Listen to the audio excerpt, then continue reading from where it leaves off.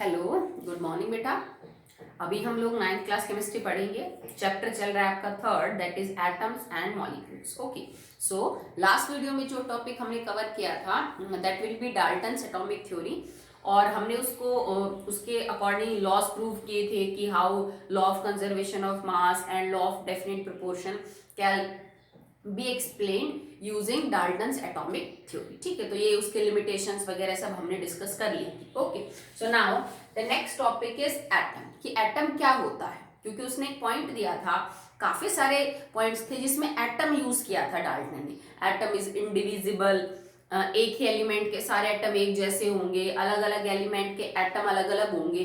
तो एक्चुअली में एटम होते क्या हैं? ठीक है, तुमने पार्टिकल के बारे में पढ़ा है, तुमने मैटर के बारे में पढ़ा है। ठीक है, हम ये कहते हैं कि मैटर जो है ना वो पार्टिकल से मिलके बनता है। ठीक है, तो किसी भी मैटर को बनाने के लिए, चाहे वो सॉलिड हो, चाहे लिक्विड हो, चाहे गैस हो, आपने कोई ना कोई पार्टिकल लिया होगा जिनके आपस में जुड़ने से वो मैटर बना है। तो ये समझ लीजिए atoms are the building block of matter. Okay, atoms are building block of matters. किसी भी मैटर को बनाने में जो बिल्डिंग ब्लॉक है वो आपका एटम होता है। जैसे हम घर में कोई दीवार बनाते हैं ईंटों की, तो ईंट एक के ऊपर एक रिपीट करके आप चाहे कितनी बड़ी बिल्डिंग बना लो, पर उस बिल्डिंग को बनाने में ईंट जो है उसको हमने बार बार रिपीट करके वो इतना बड़ा जो स्ट्रक्चर है वो बनाया है। तो किसी दीवार की जो बिल्डिंग ब्लॉक है दैट इज एन ब्रिक। जैसे हमारी बॉडी के जो बिल्डिंग ब्लॉक है वो सेल्स होते हैं। हमारी बॉडी के जितने ऑर्गन्स है, सब टिश्यू, वो सेल के आपस में जुड़ने से क्या है, बनते हैं। जैसे तुमने घर पे देखा होगा आजकल जो गलियां हैं, सड़कें हैं, उन पे टाइल्स बिछाते हैं। तो एक टाइल को दूसरे के अंदर फिट करके हम पूरे रोड के ऊपर उनको एक चद्दर की तरह बिछा देते हैं। तो उस पूरी सड़क को बनाने में वो जो टाइल है वो एक बिल्डिंग ब्लॉक है। ठीक है, तो इसी तरह मैटर के लिए जो एटम है वो बिल्डिंग ब्लॉक होता है। एटम इज द, जो पार्टिकल बोल रहे थे ना तुम फर्स्ट चैप्टर में, कि matter is made up of particle, they are extremely small, they are continuously in motion, they have inter particle force. वो जो पार्टिकल है ना वो एटम है। ठीक है, एटम वो सब्सटेंस है, वो पार्टिकल है, वो सबसे छोटा हिस्सा है किसी भी मैटर का। ठीक है, जिसके बार बार जुड़ने से मैटर बनता है। ओके, आप इसको यूं भी लिख सकते हो, atom is the smallest particle that can take part in a chemical reaction। ठीक है, एटम मैटर का वो सबसे छोटा पार्टिकल होता है जो एक केमिकल रिएक्शन में हिस्सा ले सकता है। ठीक है, atom is the smallest particle of an matter that can take part in a chemical reaction. ठीक, अगर कोई केमिकल रिएक्शन होगी तो ये उसमें हिस्सा ले सकता है। ये सबसे छोटा फ्रैक्शन है जो हिस्सा ले सकता है। इससे बड़े तो ले ही सकते हैं, मॉलिक्यूल, कंपाउंड्स, वो सब तो ले सकते हैं, पर ये सबसे छोटा है जो रिएक्शन में पार्टिसिपेट कर सकता है। ठीक है, ये दो तरह से एग्जिस्ट करेगा बेटा। इट कैन एग्जिस्ट फ्री और इन कंबाइंड स्टेट। इसका क्या मतलब है? मतलब कई एटम्स के अंदर ये गुण है, कुछ एलिमेंट्स के जो एटम है उनमें ये प्रॉपर्टी है कि वो अकेले ही पाए जा सकते हैं, मतलब उनकी खुद की आइडेंटिटी है, दे कैन एग्जिस्ट इंडिपेंडेंट। तो उसको हम बोलेंगे ये फ्री एटम। जैसे नोबल गैसेज होती है, जैसे मैंने आपको 15 तक लिखवाए ना, तो 15 तक दो गैसेज आई थी, हीलियम एंड आर्गन। ये दो गैसेस ऐसी हैं जिनके अकेले एटम की खुद की कोई पहचान होती है। ठीक है, कुछ एटम्स ऐसे होते हैं जिनका, एलिमेंट्स ऐसे होते हैं जिनका एक एटम भी अपना खुद की आइडेंटिटी रखता है, और कुछ एलिमेंट्स के एटम ऐसे होते हैं जिनका एक जो एटम है वो खुद की पहचान नहीं रखता। ज्यादा एटम जब इकट्ठे हो जाते हैं तो उनकी पहचान बनती है। ठीक है, तो जरूरी नहीं है कि अकेला एटम हमेशा ही अपनी कोई इंपॉर्टेंस रखे। कई बार किसी एलिमेंट का एक एटम भी बहुत इंपॉर्टेंट, बहुत इंडिविजुअल हो सकता है, उसकी सारी प्रॉपर्टीज आप उससे पता कर सकते हो। कई बार ऐसा होता है कि कुछ एलिमेंट्स के केस में अकेले एटम की अपनी पहचान नहीं होती, पर जब एटम्स आपस में मिल जाते हैं तो जो ग्रुप बन जाता है ना, उस ग्रुप की क्या होती है बेटा, आइडेंटिटी होती है। इसका मतलब क्या एक्चुअली में, वो आप यूं समझिए, हीलियम आर्गन नोबल गैसेस हैं, ठीक है, तो इनके अकेले एटम की खुद की पहचान है। पर अगर मैं तुमसे ये कहूं ऑक्सीजन, ऑक्सीजन गैस होती है, जो आपको पता है कि फॉर्मूला है O2, तो ऑक्सीजन गैस में O2 की खुद की पहचान है, O की कोई पहचान नहीं, ठीक है, ऑक्सीजन एटम की कोई पहचान नहीं है, मॉलिक्यूल की पहचान है, ठीक है। इसी तरह जैसे मैं बात करूं अबाउट, मान लीजिए जैसे क्लोरीन गैस, तो क्लोरीन गैस में अकेले क्लोरीन एटम की कोई पहचान नहीं है, जबकि क्लोरीन मॉलिक्यूल की पहचान। यहां पे मैंने He2 और Re2 ऐसा कुछ नहीं लगाया, ठीक है। तो दे आर सम एलिमेंट्स जिनके एटम अपनी अलग पहचान रखते हैं, कुछ के ऐसे हैं जिनकी जो अपनी पहचान है वो नहीं रखते। ओके, चलिए नेक्स्ट हम क्या बात करेंगे, that how big are atoms, ठीक है। आप कह रहे हो कि matter is made up of particle and particles are extremely small, बहुत ही छोटे होते हैं। तो सिर्फ इतना बोल देना कि बहुत ही छोटे हैं नॉट इनफ ना, तो आप इनको कैसे मतलब विजुअलाइज करेंगे, इमेजिन कैसे करेंगे कि एटम्स कितने छोटे होते हैं। तो बेटा एटम बहुत बहुत बहुत ही ज्यादा छोटे होते हैं। किसी भी, जैसे मान लो तुम्हारे पास ये चौक है, मेरे पास चौक है CaCO3, ठीक है, जो आपके पास चौक है इसका फॉर्मूला है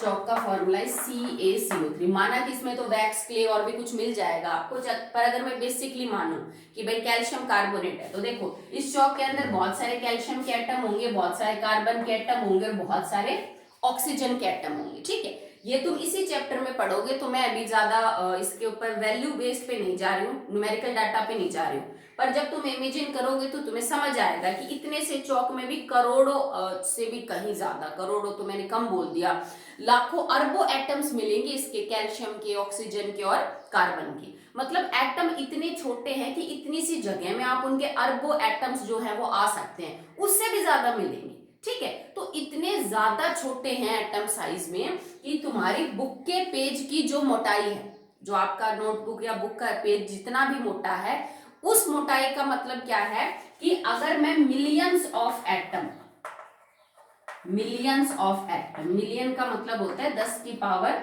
6, 10 लाख, अगर मैं 10 लाख एटम्स को एक के ऊपर एक रखूं, 10 लाख एटम मैं यूं एक के ऊपर एक खड़े करूं, ठीक है, तो भी ये इतनी डिस्टेंस नहीं बना सकते जितने तुम्हारे बुक की पेज की मोटाई है। बुक की मोटाई नहीं, बुक का पेज, वो पेज कितना मोटा है, ना के बराबर, ठीक है, पर उतनी जो मोटाई है वो अगर मैं 10 लाख एटम्स को भी ऊपर नीचे रख दूं ना, तब भी तुम्हारा पेज मोटा होगा और ये जो डिस्टेंस है वो क्या होगी, कम। तो सोच के देखो आप कि पेज की मोटाई में तो 10 लाख से भी ज्यादा एटम आ जाते हैं, तो एक एटम कितना ज्यादा छोटा होगा, यू जस्ट कांट इमेजिन कि वो कितना छोटा हो सकता है, ठीक है। बहुत ही छोटे होते हैं बेटा, एक्सट्रीमली स्मॉल, ठीक है। इसी वजह से जब, और एटम जो है ना वो यूजुअली बेटा स्फीयर होते हैं, एटम्स है ना किसी भी एलिमेंट के, वो गोल होते हैं थोड़े, ठीक है। जैसे मान लो एक एटम ये है, कोई इससे साइज में बड़ा आ गया, ठीक है, तो बोर्ड पे बना है, वैसे तो बहुत ही छोटे हैं, पर यूजुअली स्फेरिकल होते हैं।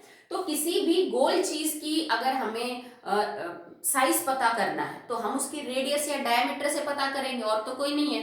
तो इसकी रेडियस पता चल गया तो डायमीटर तो पता ही है, मल्टीप्लाई बाय 2, ठीक है। तो गोल चीज का साइज हम हमेशा रेडियस में मेजर करते हैं। तो एटम कितने बड़े या कितने छोटे हैं, या एक एलिमेंट का एटम जो है वो दूसरे एलिमेंट से कितना छोटा या बड़ा है, उसको कंपेयर करने के लिए हमें एटम की रेडियस पता होनी चाहिए। एटम की रेडियस, जिसको आप एटॉमिक रेडियस भी बोल सकते हो, एटॉमिक रेडियस। और ये डिस्टेंस इतनी ज्यादा कम है, मैंने बोला ना अभी कि बुक की पेज की मोटाई 10 लाख अगर एटम खड़े कर दूं ऊपर नीचे तब भी बुक का पेज मोटा है, तो कितनी छोटी रेडियस होगी। तो इस डिस्टेंस को हम हमारी जो नॉर्मल यूनिट्स है लेंथ की, उसमें मेजर नहीं करते। जैसे लेंथ की यूनिट हम क्या यूज करते हैं, मीटर, किलोमीटर, सेंटीमीटर या फिर मिलीमीटर, ये यूज करते हैं डेली बेसिस पे हम। पर ये तो इतनी छोटी है कि इनमें लेने का कोई मतलब ही नहीं है। जैसे मान लो मैं यूं कह दूं कि भाई एक एटम है, उसकी रेडियस 0.00000 ऐसे करके, और आप मान लीजिए यूं कर दूं 1 मिलीमीटर है, तो इतना छोटा डाटा है ना, ठीक है, तो ये सही नहीं लगता, बहुत ही कम है। तो हम कुछ और यूनिट्स करते हैं लेंथ की यूज जो इनसे काफी छोटी है। जैसे किलोमीटर बड़ा है, फिर मीटर आया, फिर सेंटीमीटर आया, फिर मिलीमीटर आया। तो कुछ एक यूनिट्स है जो मिलीमीटर से भी बहुत छोटी है, और उनको तभी यूज किया जाता है जब आप जिस एटम के बारे में या जिस सब्सटेंस के बारे में बात कर रहे हैं वो बहुत ही छोटा, ठीक है। तो बहुत छोटे यूनिट्स यूज करनी पड़ती है हमें लेंथ की। तो वो हम 3 यूनिट्स देख लेते हैं जो आप एटम के साइज के दौरान यूज करोगे। ओके, चलो, ये आपको आगे भी काम आएंगे बेटा। इन यूनिट्स का कन्वर्जन आप याद रखना, शायद मैं बता चुकी हूँ ऑलरेडी आपको, क्योंकि जब हमने कोलाइडल, सस्पेंशन और ट्रू पढ़े थे ना, तो ये यूनिट्स आई थे हमारे पास, ठीक है। हम किस में मेजर करते हैं, या तो आप नैनोमीटर में मेजर करोगे, या आप मेजर करोगे इन द पिकोमीटर, या आप यूज करते हो इन द आर्मस्ट्रॉन्ग। ये 3 यूनिट्स होती है हमारे पास जो काफी छोटी है लेंथ की। क्या रिलेशनशिप होता है, 1 नैनोमीटर इज इक्वल टू 10 की power minus 9 metre, 1 picometre is equal to 10 की पावर माइनस 12 मीटर, और 1 एंगस्ट्रॉन इज इक्वल टू 10 की पावर माइनस 10 मीटर। ये 3 यूनिट यूज करेंगे, बिकॉज मीटर तो काफी बड़ी यूनिट पड़ जाएगी। और आप इसका मतलब आई होप समझते हो, 10 की पावर माइनस 9 का मतलब समझते हो, 1 डिवाइडेड बाय 5 6 7 8 9 मीटर। अगर मैं 1 मीटर के 100 करोड़ टुकड़े करूं बराबर बराबर, भाई 1 डिवाइडेड बाय 100 करोड़ किया ना, 10 की पावर माइनस 9 का मतलब है बटे में 10 की पावर 9 है। इस चीज को मैं यूं भी तो लिख सकती हूँ ना, 1 अपॉन में 10 की पावर 9, ठीक है। तो मैंने यही तो चीज लिखी है। तो अगर मैं 1 मीटर का जो फीता होता है, या फिर आपने वो स्टील का देखा होगा ना, कई बार हम कपड़े वपड़े लेने जाते हैं तो जो शॉपकीपर होते हैं उनके पास है, अगर मैं उस फीते के या वो जो स्केल है उसके 100 करोड़ बराबर बराबर टुकड़े करूं, तो जो एक टुकड़ा निकल के आएगा उसकी लेंथ होगी 1 नैनोमीटर। ओके, पिकोमीटर का मतलब क्या हुआ, 1 डिवाइडेड बाय 1 डिवाइडेड बाय, और एक के आगे 12 जीरो, तो ये तो और भी लेंथ छोटी हो जाएगी। 1 एंगस्ट्रॉन का मतलब हो जाएगा 1 डिवाइडेड बाय 1 के आगे, ठीक है। तो इतनी छोटी डिस्टेंस मेजर करने के लिए हमें छोटी छोटी यूनिट्स की जरूरत पड़ती है। हम मिलीमीटर, सेंटीमीटर में डील इनको नहीं करेंगे, ठीक है। ये आपको कन्वर्जन याद होना चाहिए, क्योंकि हमें आगे काम आएगा न्यूमेरिकल्स में भी, बाकी किसी मतलब एटम्स के साइज को कंपेयर करने में भी आपको ये चीज हेल्प करेगी। ओके, और आगे की क्लासेस में तो काम आनी है। ओके, चलिए, अब हम एटम के साइज को कुछ डेली यूज में जो हम चीजें रखते हैं उनके साइज से कंपेयर करेंगे, और आपको समझाने की कोशिश करेंगे कि एटम कितने छोटे, मतलब आप ये डिस्टेंस इमेजिन नहीं कर सकते हो बेटा। तो कुछ डेली बेसिस के जो आइटम्स है जिनको हम घर में यूज करते हैं, उनका कंपैरिजन करेंगे आप एटम के साइज से, ठीक है। जैसे मान लो अगर मैं कहूं एटम ऑफ हाइड्रोजन, उसका साइज कितना, हाइड्रोजन के एक एटम का साइज, और ये हम अप्रोक्सीमेटली बात कर रहे हैं बेटा, ठीक है, बहुत एग्जैक्ट डाटा नहीं, अप्रोक्सीमेटली कितना हो जाएगा, तो it is 10 raise to power minus 10 nanometre. Approximate range बताइए कि हाइड्रोजन के एक एटम का जो साइज है वो 10 की पावर माइनस 10 नैनोमीटर है, और साइज का मतलब मेरे पास यहाँ पे रेडियस है बेटा। हाइड्रोजन एटम की जो रेडियस है वो 10 की पावर माइनस 10 नैनोमीटर है, समझ रहे हो। 1 नैनोमीटर इज इक्वल टू 10 की पावर माइनस 9 मीटर, तो उसमें एक्चुअली में कितना है, 10 की पावर माइनस 10 मीटर के बराबर है, ठीक है। आप इसको सॉल्व करके देख सकते हो, जैसे यूं लिख सकते हो 1 नैनोमीटर इज इक्वल टू 10 की पावर माइनस 9 मीटर, तो 10 की पावर माइनस 10 नैनोमीटर जो है ना वो कितने मीटर के बराबर होगा, आप करके देख लेना। ओके, इसी तरह अगर मैं वाटर के एक मॉलिक्यूल का साइज पता करूं, मॉलिक्यूल ऑफ वाटर, पानी का तो मॉलिक्यूल होगा H2O, जाहिर सी बात है हाइड्रोजन से तो बड़ा ही मिलेगा आपको साइज में, तो इसका साइज होगा 10 की पावर -9 नैनोमीटर। बेटा 10 की पावर -9 बड़ा है बजाय कि 10 की पावर -10 के। क्यों? क्योंकि 10 की पावर -10 का मतलब है 1/10 की पावर 10 और इसका मतलब है 1/10 की पावर 9। अगर मैं 1 को 10⁻⁹ से डिवाइड करूंगी तो ये आंसर बड़ा आएगा और ये छोटा।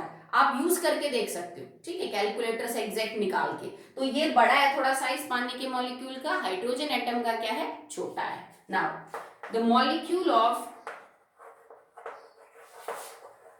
हीमोग्लोबिन, हीमोग्लोबिन का मॉलिक्यूल काफी बड़ा होता है, जो हमारे ब्लड के अंदर पाया जाता है रेड पिगमेंट, उसका साइज और भी बड़ा होता है। It is 10⁻⁻8।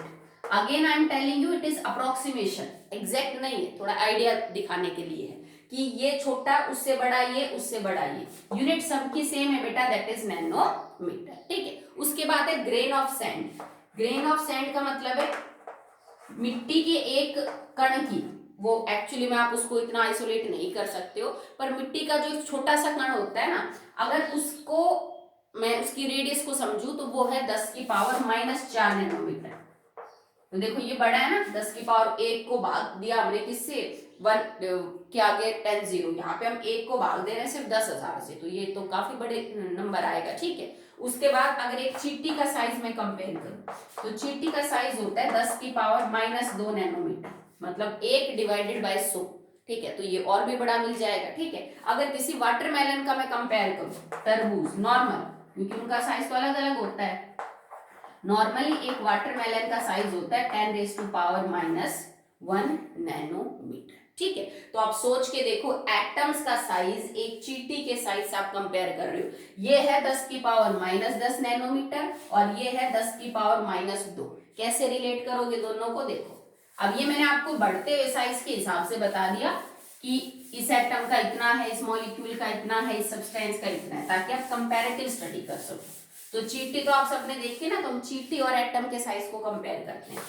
एंट का साइज है 1/100 नैनोमीटर, क्योंकि 10 की पावर -2 का मतलब तो यही है कि 1 को 100 से भाग कर दो, तब आपका जो आंसर है वो निकल के आएगा, ठीक है। एंड जो आपने दे रखा है एटम, हाइड्रोजन एटम का साइज, एटम हाइड्रोजन क्या साइज है, 1/3, 4, 5, 6, 7, 8, 9, 10, और ये तो नैनोमीटर है।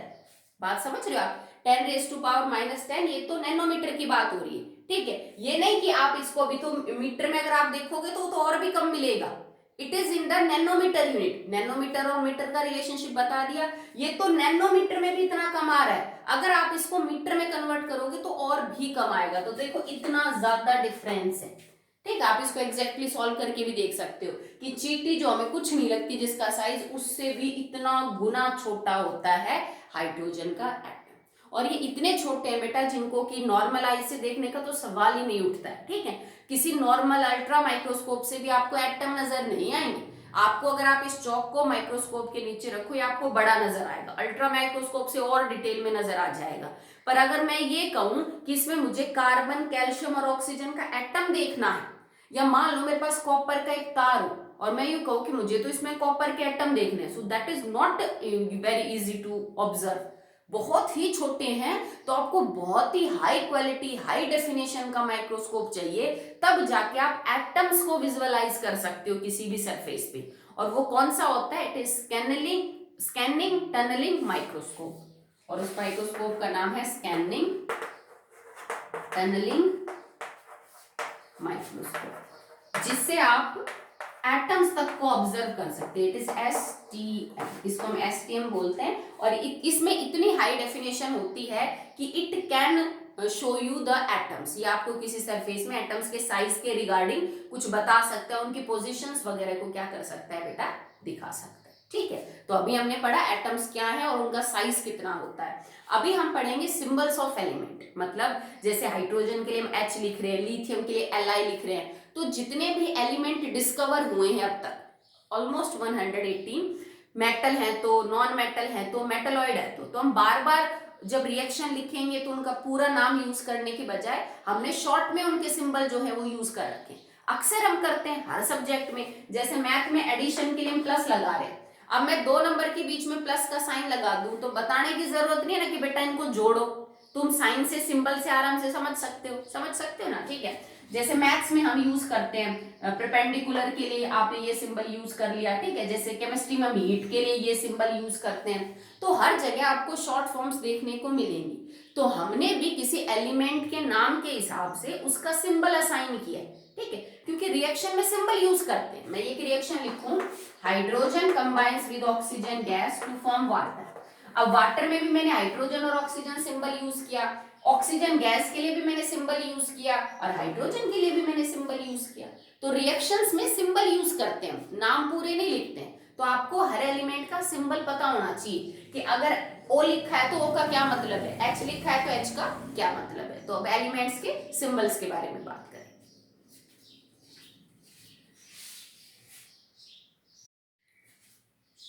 सुनाओ, सिंबल्स वाला टॉपिक नहीं हो पाएगा बेटा, वो थोड़ा लेंथी है, मेरे को सेपरेट वीडियो में समझाना पड़ेगा।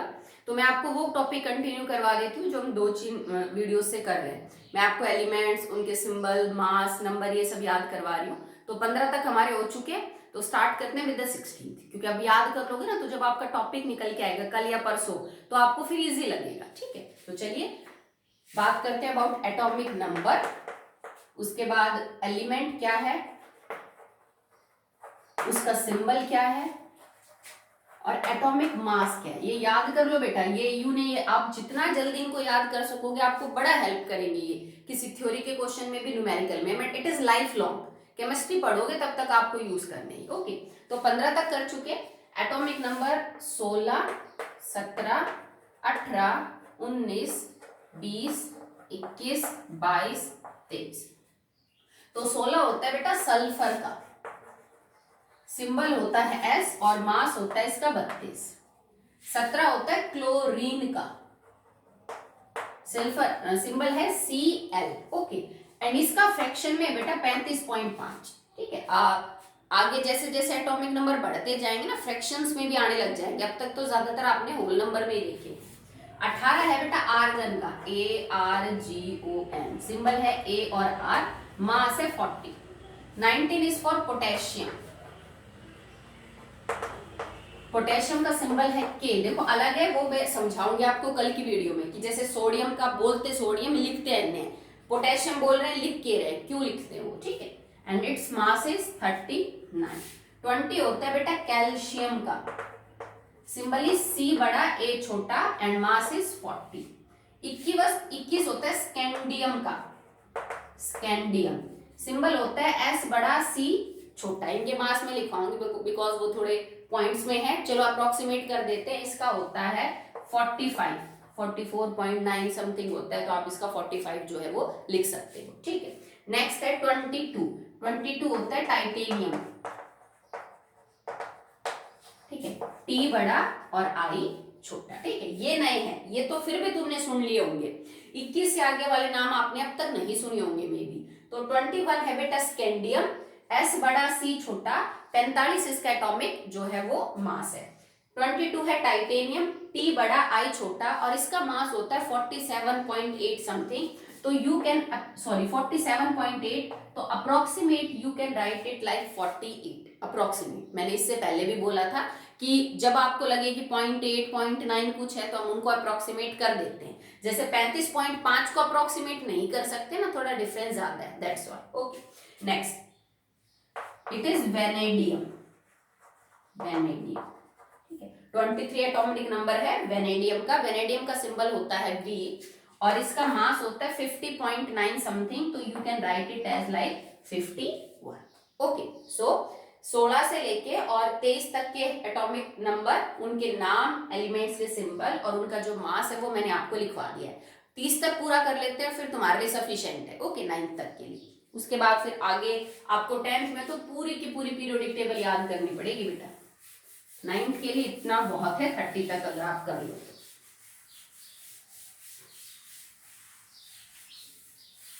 ठीक है, तो 23 तक हो चुका है। नेक्स्ट इज 24, 25, 26, 27, 28, 29 एंड 30, ठीक है। तो 24 होता है बेटा क्रोमियम का, क्रोमियम एटॉमिक सिंबल हो जाएगा इसका C बड़ा और R हो जाएगा छोटा, एंड अप्रोक्सीमेट 51.9 समथिंग है, तो आप इसको 52 लिख सकते हो। ओके नेक्स्ट 25 है मैग्नीज का। ठीक है, मैग्नीज सिंबल है Mn। देखो मैग्नीशियम अलग होता है और मैग्नीज जो है वो क्या होता है अलग, तो कैपिटल M N छोटा और 55 लिख सकते हो आप इसका, क्योंकि भाई 54.9 समथिंग होता है। ओके 26 है आयरन का, सिंबल है Fe, मास हो जाएगा 56। 27 है cobalt, nickel and it is copper और जिंक। ठीक है, तो 27 एटॉमिक नंबर होता है कोबाल्ट का, सिंबल होता है C बड़ा O छोटा। 28 है निकेल का, N बड़ा I छोटा। 29 है कॉपर का, C बड़ा U छोटा। देखो स्पेलिंग में कहीं भी U नहीं आ रहा, पर क्यों लिखते हैं U वो आपको अगले वीडियोस में पता चल जाएगा। 30 एटॉमिक नंबर है, तो Z बड़ा और N क्या हो जाएगा बेटा, दैट इज छोटा। ठीक है, अब अगर देखो ये वो एलिमेंट है जिनके मास हो सकता है शायद आपको 9th क्लास में यूज वगैरह ना करने पड़े, पर बेटा अब याद हो जाएंगे ना, तो फिर आपको हमेशा के लिए क्या हो जाएगा, अच्छा हो जाएगा। ठीक है, जैसे जिंक का एटॉमिक मास है इट इज लाइक 65.3। ठीक है, तो एग्जैक्ट की बात करें तो इसमें देखो राउंड ऑफ थोड़ा कर नहीं सकते हैं, क्योंकि 0.3 है, तो इसको 66 भी नहीं कर सकते और इसका सीधा 65 भी आप नहीं लिख सकते। ठीक है, नेक्स्ट अगर कॉपर की बात करें तो कॉपर का होता है 63.5। दैट इज इंपॉर्टेंट, ये आपको कई जगह यूज करना पड़ेगा। तो कॉपर का जो मास है उसको क्या करना बेटा, याद रखना। इसका है 58.7, तो इसको अप्रोक्सीमेट किया जा सकता है, that is up to the 59। ठीक है, और कोबाल्ट का जो है वो है 58.9, तो आप इसको भी 59 के आसपास जो है वो रख सकते हैं, अप्रोक्सीमेट किया है। देखो अगर आप चाहो तो इसको 58.7 भी लेके चल सकते हैं, क्योंकि ऊपर वाले का भी 59 है, मर्जी आपकी। कई बार न्यूमेरिकल में खुद वो अप्रोक्सीमेट वैल्यू दे देता है कि भाई इसके अप्रोक्सीमेट ये है, इससे न्यूमेरिकल सॉल्व करो। कई बार आपको एग्जैक्ट लेके भी करनी पड़ती है, जैसे हाइड्रोजन का भी यूं तो 1 एग्जैक्ट नहीं है, 1.008 होता है, पर यूजुअली हम 1 लेके ही जो है वो सारे आंसर निकालते हैं। ओके, तो यहां तक मैंने आपको up to the 30 starting from atomic number 1 to atomic number 30 मैंने आपको अलग अलग वीडियोस में करवाए। अब आप एक काम करना, एक नोटबुक के पेज पे ये सारे पहले एटॉमिक नंबर से लेके 30 तक लगातार कर लेना। ठीक है, ताकि आपको बार बार पेज ना छानने पड़े। मैंने रोज थोड़े थोड़े करवाए ताकि आपको याद हो जाए। अब ये सारे एक पेज पे लिख के इनको याद कर लेना। ओके बेटा।